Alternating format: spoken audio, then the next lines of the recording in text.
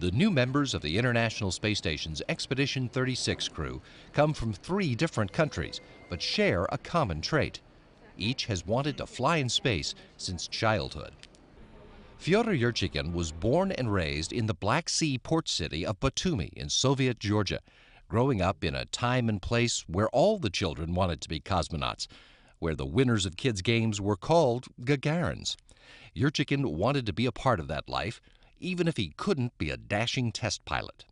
What reason I understood maybe in this time, then it's maybe in my health, it's not enough to be a cosmonaut, but what is more important for me, be a pilot or be an engineer in space program? Of course, the space program, it was too important for me. So after high school, Yurchikhin went to the Moscow Aviation Institute, earned a bachelor's degree in mechanical engineering, specializing in aerospace vehicles, and went straight to work for the Rocket Space Corporation Energia as an engineer. He worked as a flight controller, and when he became lead engineer for the Mir shuttle program, he spent time at NASA's Johnson Space Center supporting that effort. Yurchikhin was selected as an Energia cosmonaut in 1997 and earned a Ph.D. in economics at Moscow Service State University while preparing for his first spaceflight. He was a member of the STS-112 crew that delivered a piece of the station's starboard truss during Expedition 5 in 2002. He returned 5 years later on a Soyuz spacecraft as commander of Expedition 15 and made 3 spacewalks, and followed that with 2 more EVAs as a station flight engineer on Expeditions 24 and 25 in 2010. He believes the station program is paying off in the things we're learning while making the effort, from improving the spacecraft themselves to the tools we develop.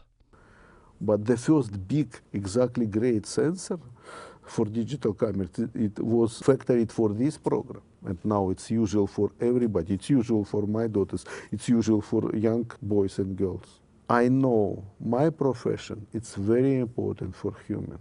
Why I am on this road. Italian Air Force Major Luca Parmitano is from Sicily, born in Paterno and raised in Catania in the shadow of Mount Etna. Although he was very young when he saw the first space shuttles fly on television, he was captivated by the idea of what those images represented.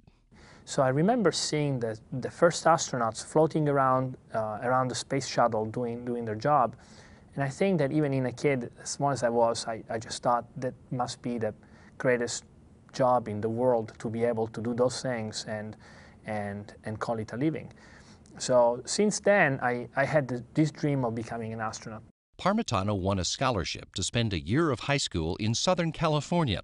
In that year in America, he not only intensified his desire to be a pilot by living with a host family in which the father was a marine navigator, but he met the girl who years later would become his wife.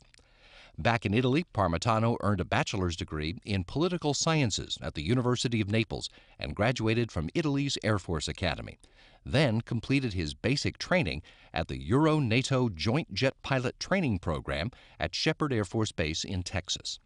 After 6 years with a fighter squadron in Italy, he was sent to France to train as a test pilot and earned a master's in experimental flight test engineering at the Superior Institute of Aeronautics and Space in Toulouse in 2009, the same year he was selected for astronaut training by the European Space Agency. Now he's making his childhood dream a reality and fulfilling a desire to push the boundaries of human knowledge. That's who we are. That's what makes us humans. That is what makes us different from the rest of the animal kingdom. And if we don't follow our nature of being explorators, of being thinkers, then we are denying a part of ourselves that is incredibly important. Dr. Karen Nyberg was part of a big family growing up in the tiny town of Vining, Minnesota.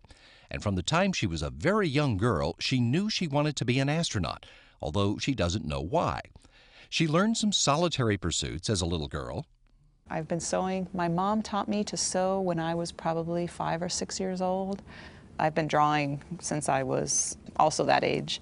I would never sit in front of the television just sitting there watching TV. I always had a piece of paper and a pencil and was drawing or doodling or doing something. But she took advantage of being in a small town to join more school activities than most kids in big city schools join. I was on the basketball team, the volleyball team, the track team. I took stats for the baseball team. I was in the choir, I was in the band, I was in the drama club. I was able to participate in all of them, learn to be a team member. She went to the University of North Dakota to study engineering and learned about a program that lets students work at NASA's Johnson Space Center in Houston. Nyberg worked as a co-op in Houston while finishing her bachelor's in mechanical engineering in Grand Forks and while starting her graduate work at the University of Texas at Austin. After she finished a master's and a doctorate in mechanical engineering in Austin, she returned to JSC, working full-time in the Crew and Thermal Systems Division for 2 years before she was picked for the astronaut program in 2000, where she met her future husband, fellow astronaut candidate Doug Hurley. Nyberg was part of the STS-124 space shuttle crew that delivered the Kibo laboratory module and Japanese robotic arm to the International Space Station in 2008 and was the first person to ever operate the shuttle robotic arm, the main station arm, and the Japanese arm. She's confident this mission will appeal to the adventure seeker in today's kids. I think a lot of it is based just on human nature, that we are all very curious people. Human beings like challenges, and this is an ultimate challenge.